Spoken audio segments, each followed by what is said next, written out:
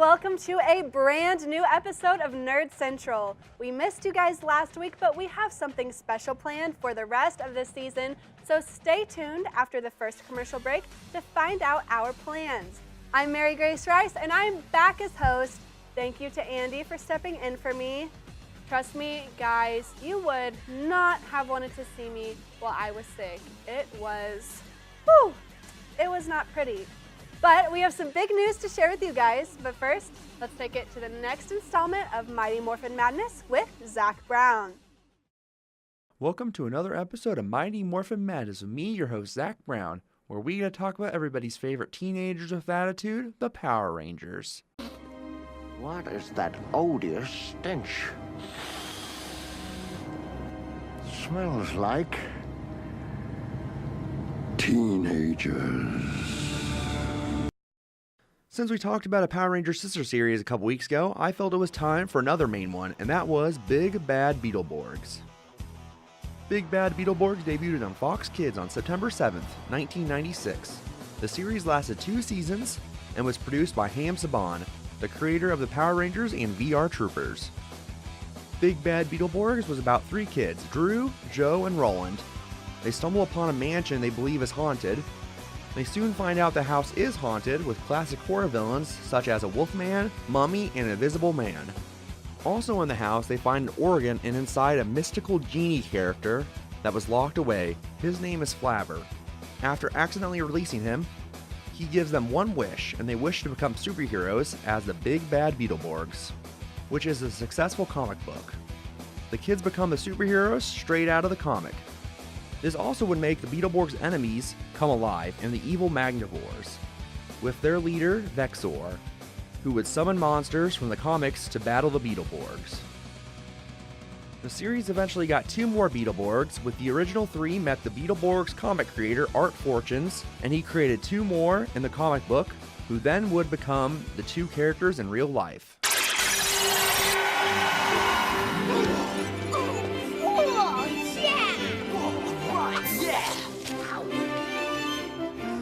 Just like the picture!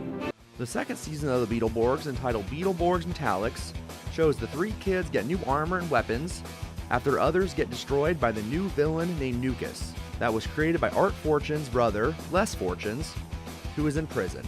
I am Nucus, Overlord of the Second Dimension. The series took footage from the Japanese show Metal Hero Jujo B-Fighter. The Metal Hero series was the source footage for the other Saban show in VR Troopers.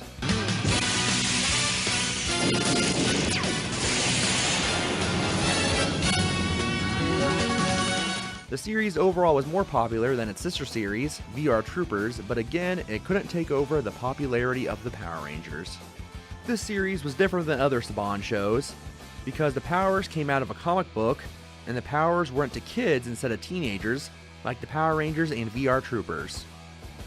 Power Rangers also had another sister series in Masked Rider, but only lasted 1 season and was considered a failure, so that's why I haven't mentioned it much. Both seasons of the Beetleborgs are available on Netflix. For Mighty Morphin Madness, this has been Zach Brown. Now back to Nerd Central. I see him!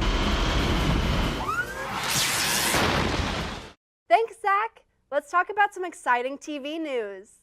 Star Wars fans rejoice! We are finally getting a live-action TV show. Lucasfilm has tapped Jon Favreau, the man who jump-started the Marvel Cinematic Universe in 2008 with Iron Man, to executive produce and write a live-action Star Wars TV series for Disney's new streaming service. In the press release of the announcement, Lucasfilm president Kathleen Kennedy said, quote, "I couldn't be more excited about Jon coming on board to produce and write for the new direct-to-consumer platform. Jon brings the perfect mix of producing and writing talent combined with a fluency in the Star Wars universe." In the same press release, Jon Favreau was over the moon in this opportunity to create new Star Wars stories, saying, quote, "If you told me at 11 years old that I would be getting to tell stories in the Star Wars universe, I wouldn't have believed you.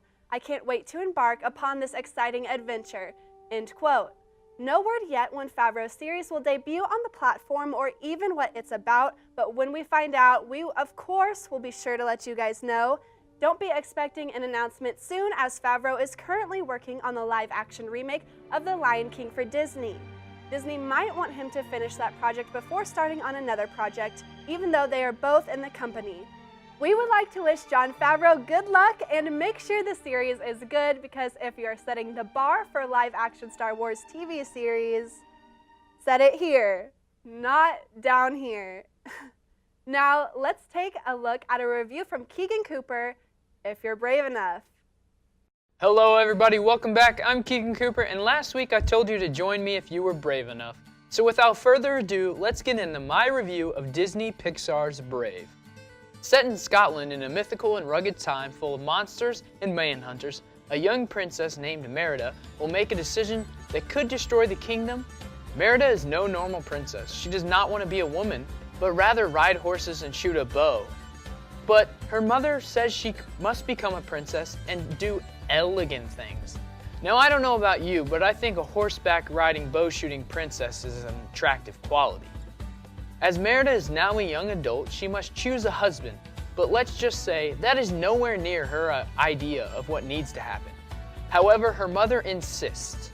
To be in accordance with the laws of the kingdoms, the firstborn of each great leaders must prove themselves to have Merida's hand in marriage.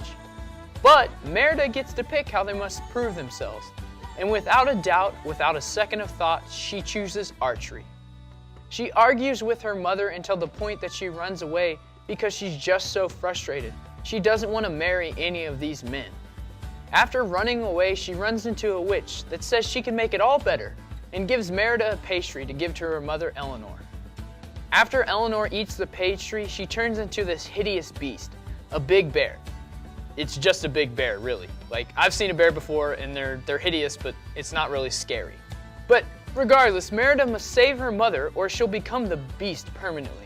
The beast, just a big bear. They're kind of cuddly if you've ever seen one. Since Merida was determined to make her own life, the mistake that she made of giving her mother that pastry could cost her her family and her kingdom. She has to rely on her bravery and her archery skills to undo a beastly curse and save her mother. Overall, I like this movie, but I think Meredith has a big task ahead of her, and the beast that her mother is turned into isn't really that scary. I do think that this story is one that everyone should see, and I think Disney Pixar did a great job of conveying this story. That's all I've got for you this week on Nerd Central. Tune in with me next time when I review one of the greatest all-time classics, The Goonies. Thanks, Keegan. We're going to take a short break, but stick with us as we will reveal our plans for the rest of this season. Plus, we have Haley Southard's review of The Corpse Bride and my review of Black Panther. Let's play me out with the music from last season.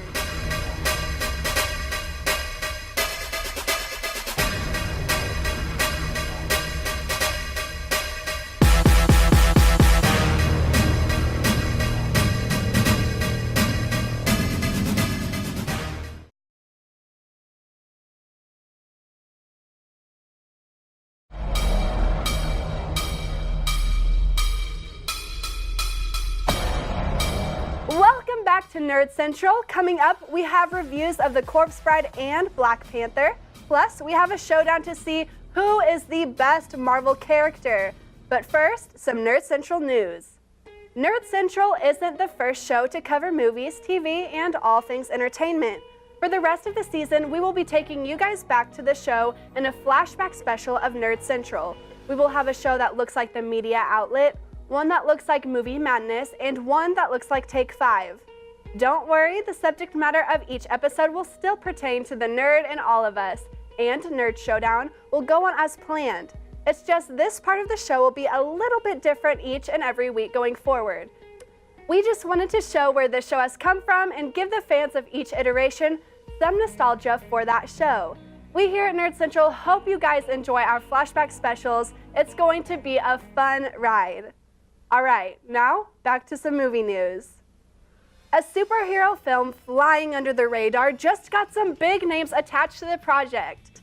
Teen Titans Go to the Movies has tapped Lil Yachty, Halsey, and Nicolas Cage to play Green Lantern, Wonder Woman, and Superman, respectively. Lil Yachty and Halsey are two of the biggest artists currently in music.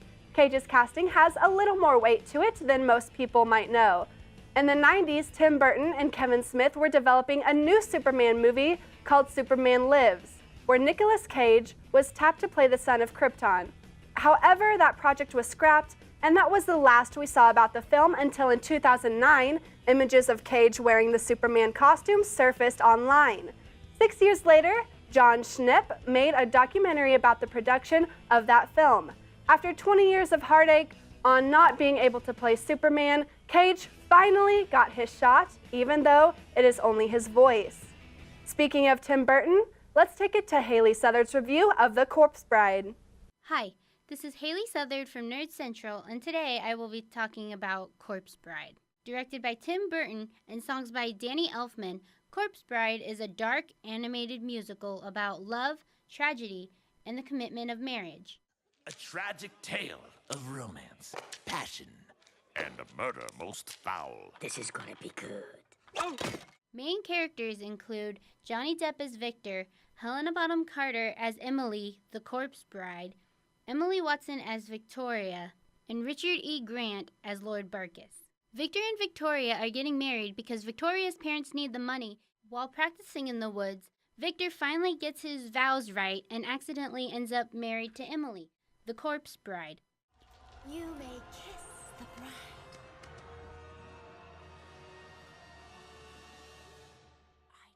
For the after party, Emily brings Victor to the afterlife where he meets a cast of interesting characters, all whom are dead. In the living world, Lord Barkis is a rich man who proposes to Victoria. Everyone from the land of the dead interrupts the wedding feast of Victoria and Barkis for Victor and Emily's wedding. Victor and Barkis duel each other when Emily steps in. Luckily, since Emily is dead, she doesn't feel the pain. Barkis ends up drinking the wine that was meant for Victor, and the dead get revenge for Emily. After seeing Victor and Victoria happily together, where they belong, Emily passes on in peace. Let me at him! Let me at him! No, don't hold me back! We must abide by their rules. We are amongst the living.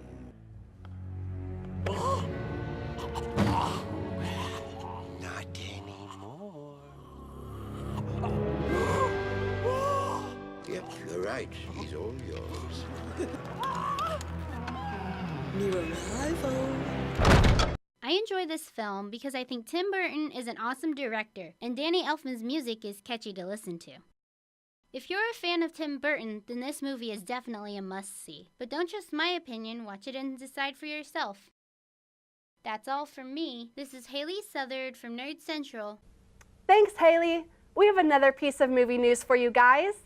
The first trailer for the next installment in the Wizarding World franchise dropped online the week before break. Fantastic Beasts: The Crimes of Grindelwald gave us just a teaser of what to expect from the film releasing in November.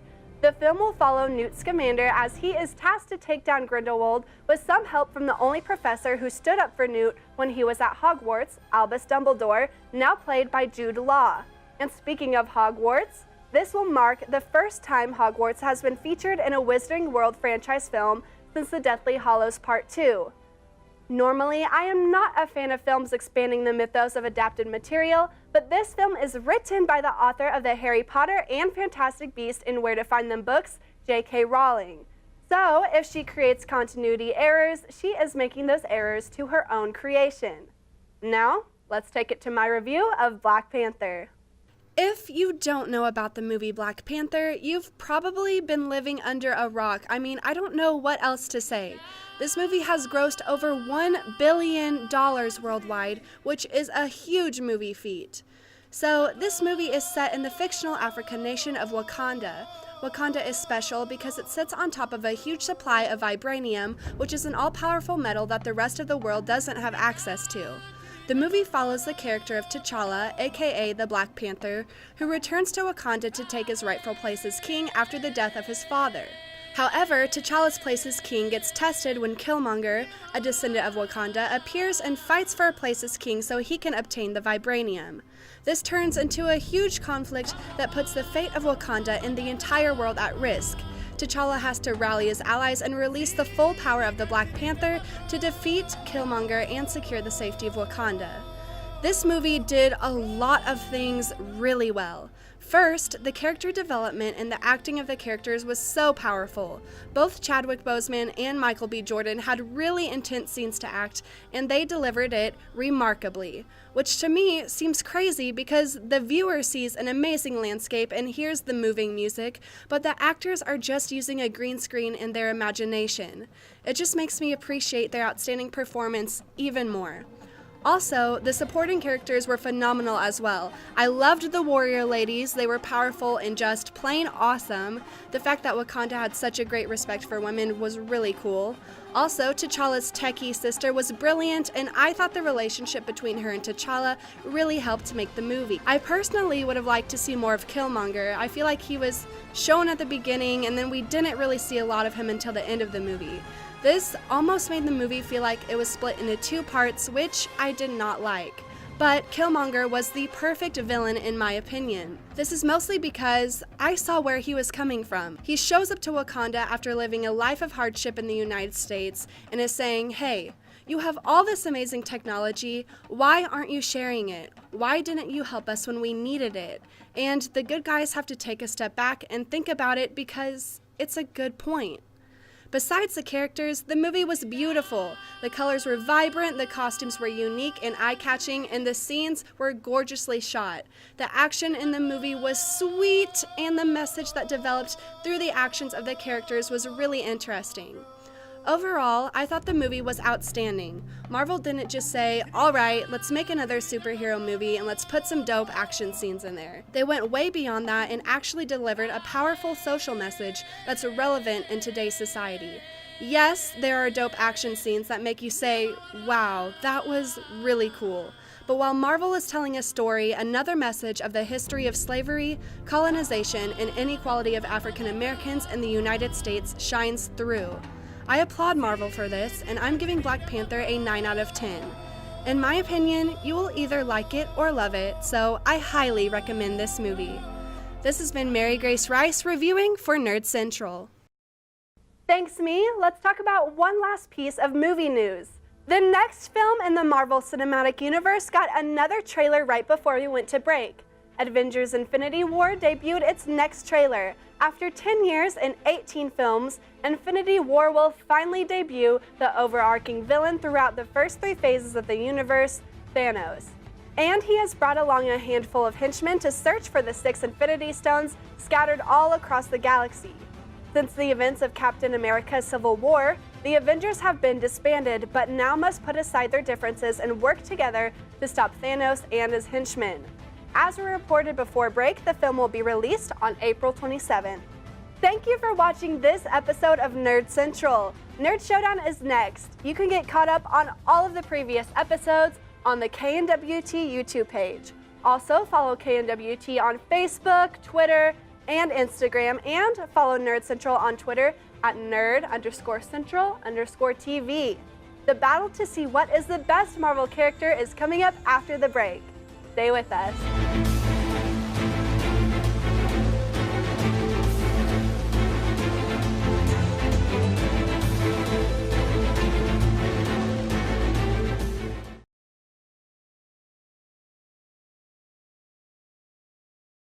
Get ready for the Smackdown! Hello and welcome to Nerd Showdown, the part of Nerd Central where we battle it out on a particular topic we have no business debating. I'm your host, Devin Van Zant, and with the success of last week's Best DC Character Showdown, we asked the question, what is the best Marvel Comics character? Keep in mind, our fighters will be diving deep into their respective characters' backstory, so this is your spoiler warning. Let's introduce our fighters. To my right, I have one of the best people you'll ever meet in Wells Hall, Whitney Ice. Whitney, what character have you chosen? Black Widow. And to my left, the man who needs no introduction.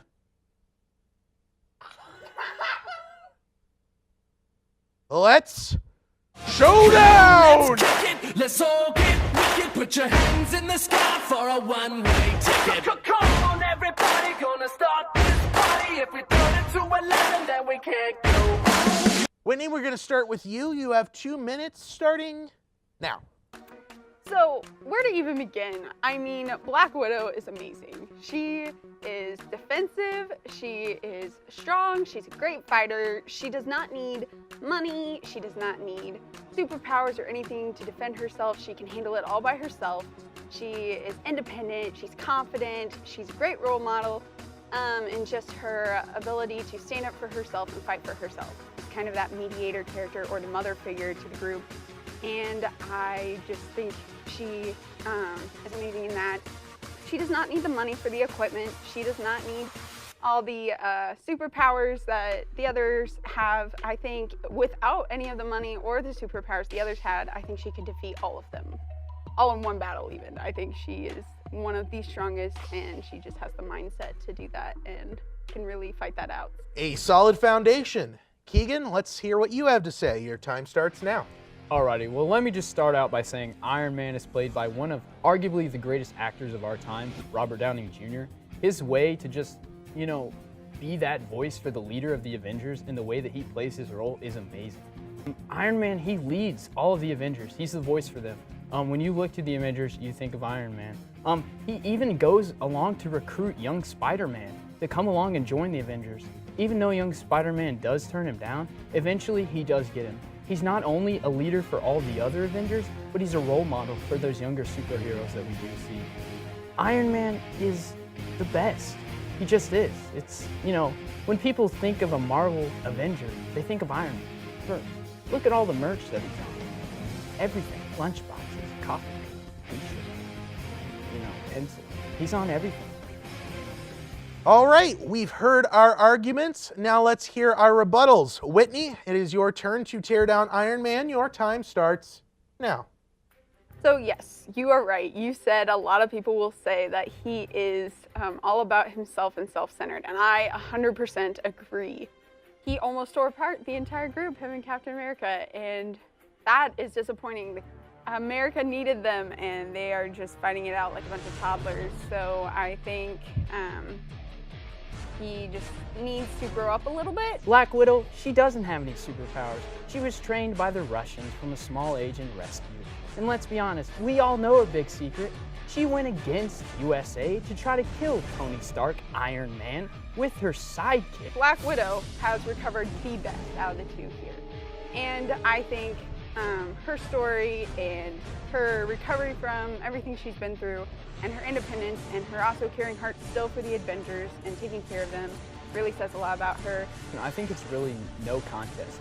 We can talk about Iron Man all day, but let's actually talk about the man behind the suit. Because apparently, in your argument, you think he hasn't recovered. Considered one of the smartest of 8 men in the Marvel Universe, along with the people like Mr. Fantastic.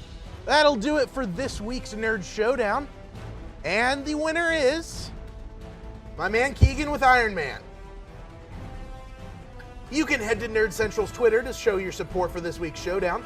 Nerdmageddon is coming up next. You can check out Whitney as she hosts Gen 2 this week when they kick off Nerd Takeover at 8 p.m. See you next week on Nerd Central.